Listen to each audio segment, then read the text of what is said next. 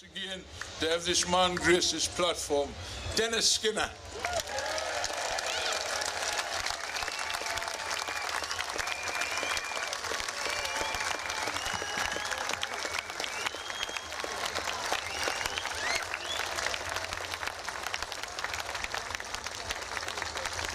Anyway, it's a bit different from speaking here than speaking in the Palace of Varieties with Cameron and his red face in front of me. Little does he know we've all got red faces on here today, but his red face is all about lying. And so I shout from that bench when I don't get called, I shout, he's going red again. And then he tries to bluff it, and he can't help it, and he does go red. It'd have gone red last week if I'd have got in. I shot up to catch the Speaker's eye about 20 times, but I never made it. And I've got a wonderful question to him. You know how Cameron likes photo opportunities, and he gets his photo in every paper and on every television screen. I think he could get one even better, and I was going to ask him on Wednesday, have you got any prison visits lined up to see Andy Coulson?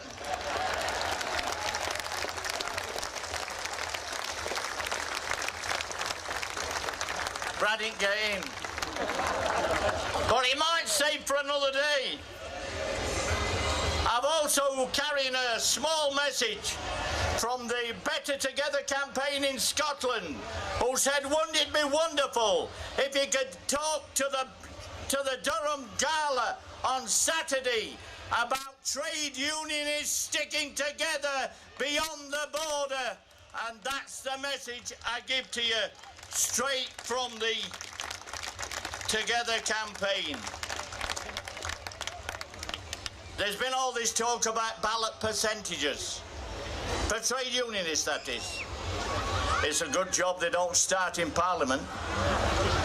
The quorum is only 40. 40 out of 650. So for all you people that are marking this down, that's about 6% turnout for any piece of legislation to go through the House of Commons. That's all you got to get.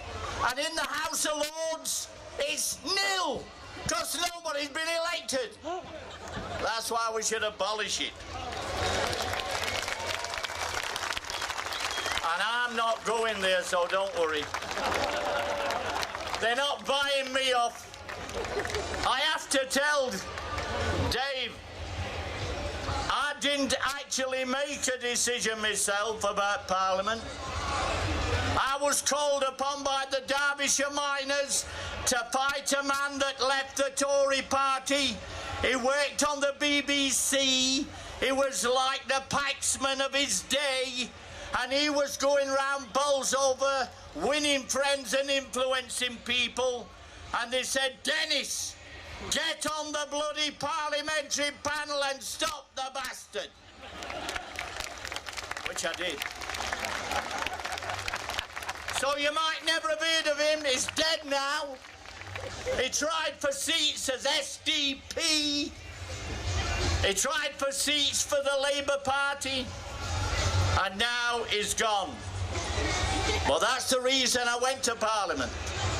And when you're in the miners' union, you have to remember that you're part of a collective, aren't you? There shouldn't be any prima donnas.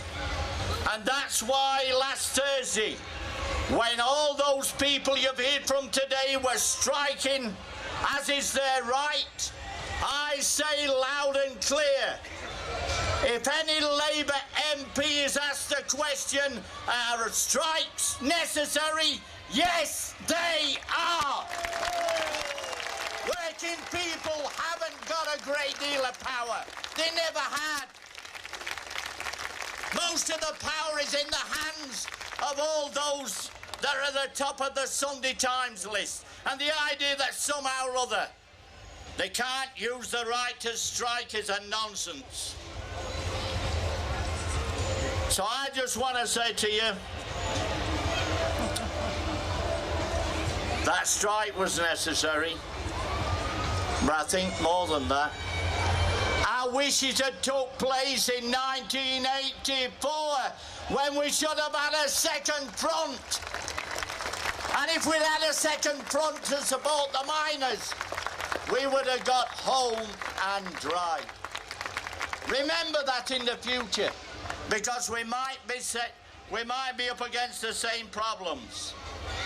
That 84 strike, if it had been won, the most honourable strike in the trade union history, where a man at 60 was prepared to surrender his mortgage and the roof over his head for a miner at 16 in another coalfield that he'd never met. That is honour, and never forget it. And if we'd have won that battle, we would have changed the course of history. Thatcher would never have got round to selling off the public utilities.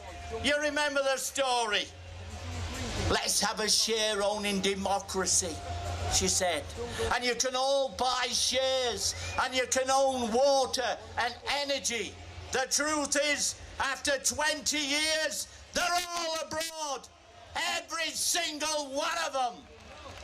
Britain doesn't own any of those public utilities. That's what happened to the share-owning democracy, and that's why it's important never to listen to these Tories that trot out all these different ideas. There's going to be one or maybe two pieces of legislation next week. And I'll tell you now, if there's a vote on tapping into everybody's computer in Britain, I'm voting against.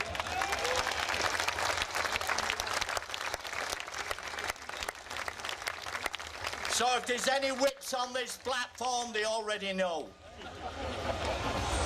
Yes, that strike changed the course of history, because the next thing was that Murdoch decided to switch his operations to Wapping. You all know the story. That would not have happened had the miners won that strike. And the net result is now 80% of all the newspapers in Britain are right-wing. And that's why we always need a big crowd at Durham at the gala meeting in order to get our message across. And that's why all the trade unions have spoke as they have done today. She got rid of the manufacturing base. Almost everything in sight. And now we're paying the penalty. And she introduced deregulation against the banks. So when they talk about how did the recession start, it started when Thatcher built the casino economy in 1987 before the Tories kicked her out like a dog in the night.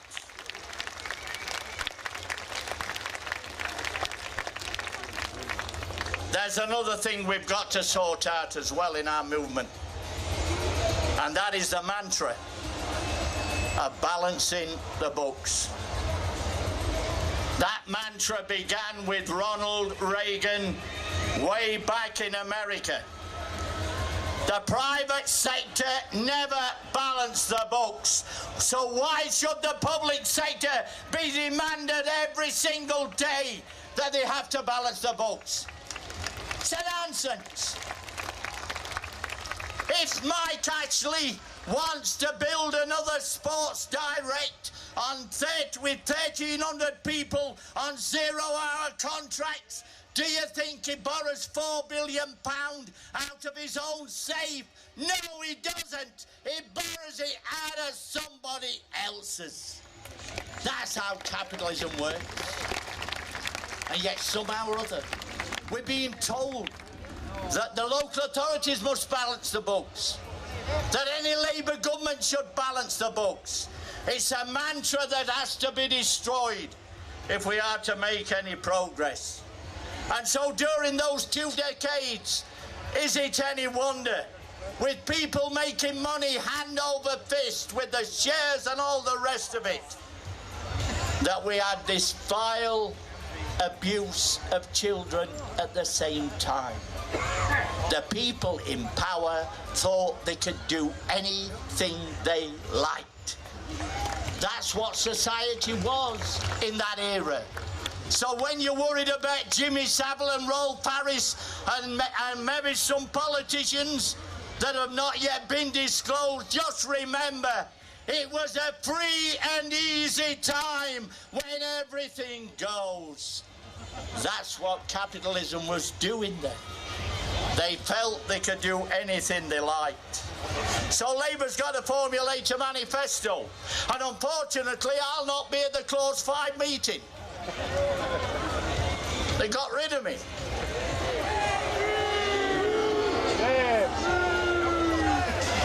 I've been knocked off before. I've been knocked off 3 times in 36 years. And I hope I live long enough to get back again.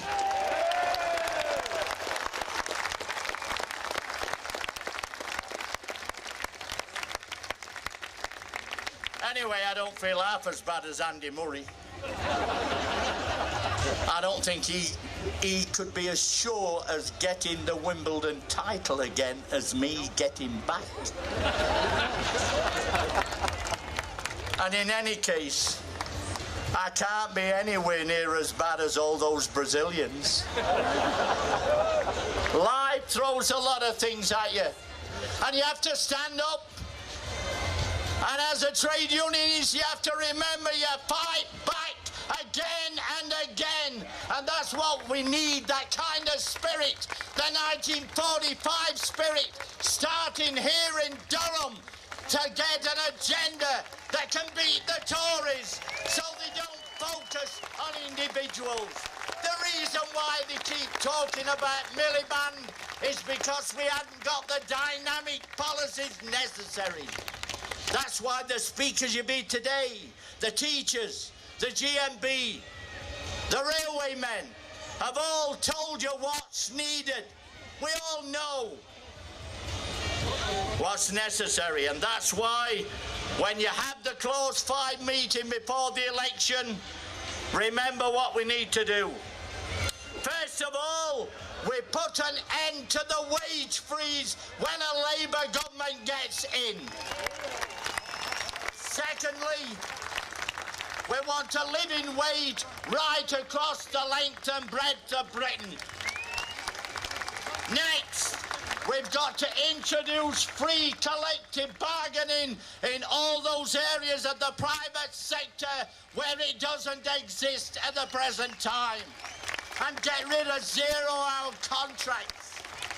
And abolish those agencies that are owned by people like Mike Ashley at Sports Direct, where a woman gave birth to a child on New Year's Day because she didn't get any maternity pay, any maternity grant. That's how evil that system is, and we've got to get rid of it.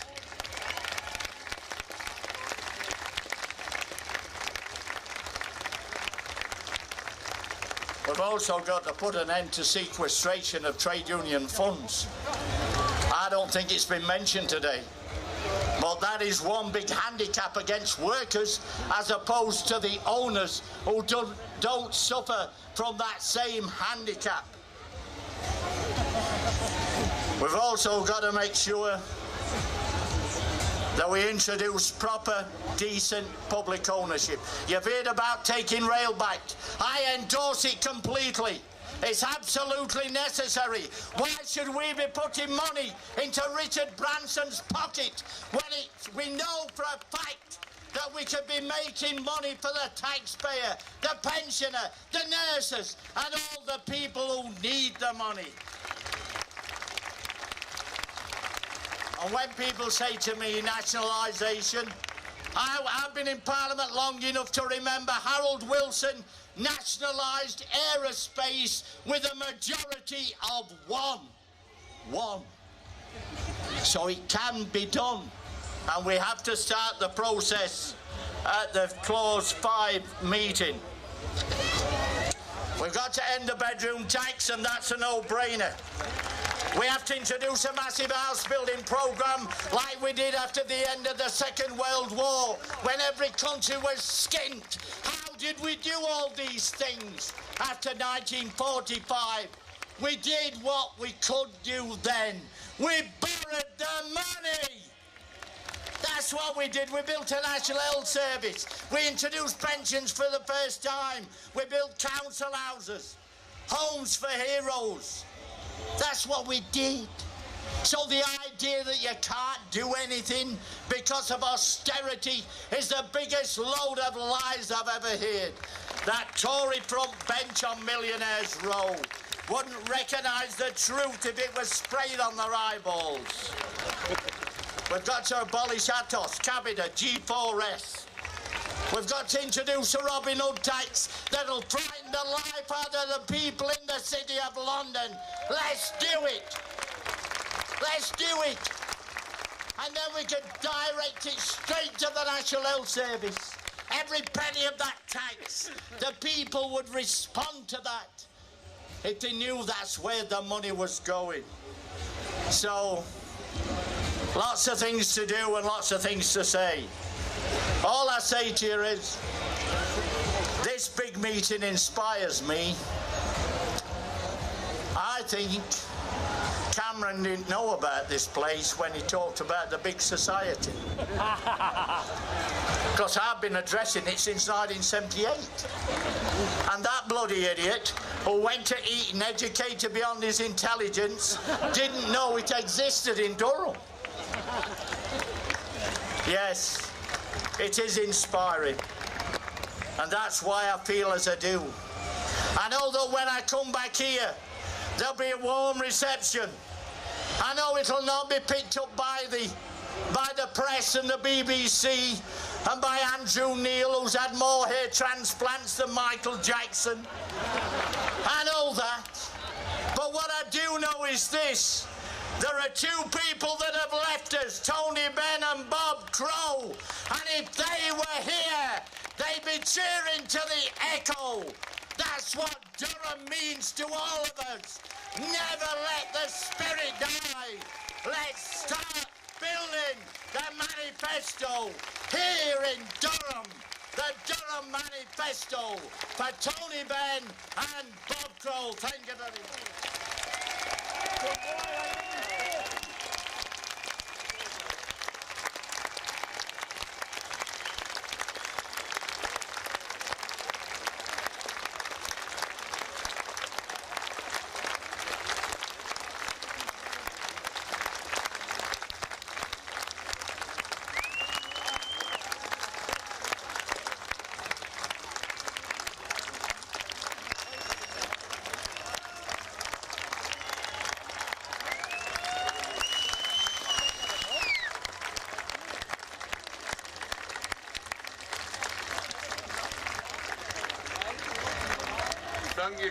Thank you very kindly for that tremendous reception of a magnificent speech. I've heard a lot of speeches, but there's not many as good as that what I've heard from this particular platform. It's been a miss of me a few earlier in the proceedings.